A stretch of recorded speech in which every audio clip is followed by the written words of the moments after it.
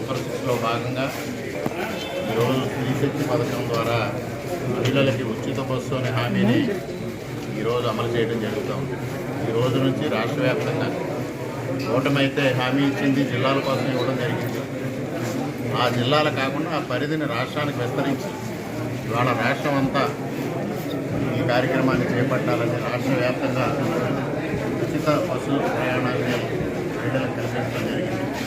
ఈరోజు అమరావతిలో ముఖ్యమంత్రి చంద్రబాబు నాయుడు గారు, ఉప ముఖ్యమంత్రి పవన్ కళ్యాణ్ గారు, లోకేష్ గారు పథకాన్ని ప్రారంభించారు.